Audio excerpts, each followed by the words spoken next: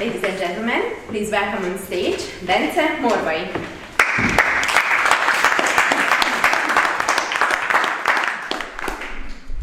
Just a coincidence, Bence Morvai.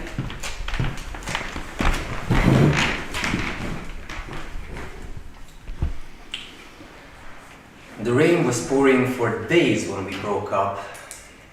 I felt devastated. Lost in doubts and confusion, I sought counsel from a good friend of mine who lived nearby. We met in front of our flat to share thoughts, to share silence. One night, after long minutes of listening to the onslaught of heavy rain, deep in thoughts, these words came to me: "It really is over."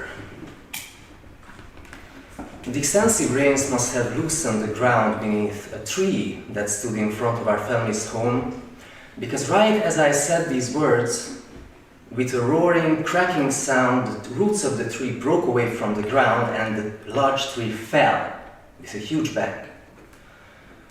Deeply astonished, I stood up, shook hands, and walked home. Even though on that night I understood emotionally of the meaning of this coincidence, it was only later in my life I began consciously considering the implications of coincidences with such small probability. I'm sure many of us have heard about the topic of thinking about someone, and that someone is calling us on the phone, or thinking of a song and hearing that song on the radio, but I have found that it's very rare that someone really considers the implications of this. One such person I have found during my university studies was Carl Jung, who termed these events synchronicities. A synchronicity is a meaningful coincidence when a psychological or internal state corresponds to an event in the outside world without any direct link of cause and effect.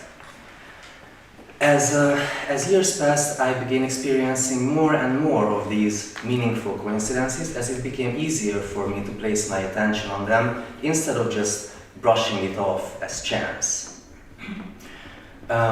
It was sometimes a challenge to trust these coincidences, especially because my relatives and friends were concerned that I'm just seeing connections in random things, and indeed discernment is of key importance in this issue.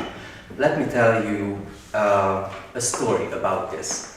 Back during the COVID lockdowns, in my previous relationship with my girlfriend at that time, we had the idea of flying out to Paris to see the city, and I saw multiple reassuring coincidences that reassuring me that this is a good idea, but my girlfriend was really scared. What if we get sick in Paris? How would we come back if we get the COVID, about the quarantine? What about the COVID test? How will we do the COVID tests in Paris? And she was quite skeptical about the coincidences I was seeing as well. She was like, what if it's all in your head? What if you're just imagining things? So we sat down and I told her, look, I know you're doubtful and I understand that, but you can trust me on this one. I came to verify in my own life, in my own personal experience, that there is some meaning or intelligence behind these occurrences, and the best idea for us would be to just take this chance and go for it. And she agreed. We went to sleep, and the next day we woke up and we went outside to do our things, and she had to crouch to tie her shoelaces, and as she crouched, she said, look, and right next to her foot there was a sticker of the Eiffel Tower. So, astonished once more, it was a great reassurance for us, and the trip went fine without any problems. So what I have learned during these years is if something very unlikely coincidence happens, and I do not brush it off immediately as chance, I stay present in the moment and I consider the possibilities. Trusting how it will all unfold is also of key importance.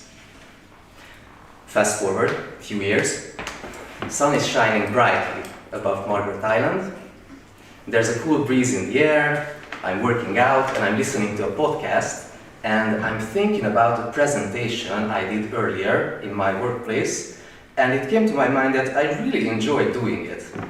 And it came to my mind that there is a club named Toastmasters where I could practice public speaking skills. And right at the moment I'm thinking about this, the guy in a totally unrelated podcast starts talking about Toastmasters. So, by the fact that I'm standing here today, you can guess what I made of this event.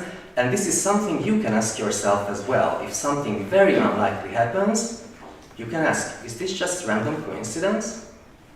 Thank you for your attention.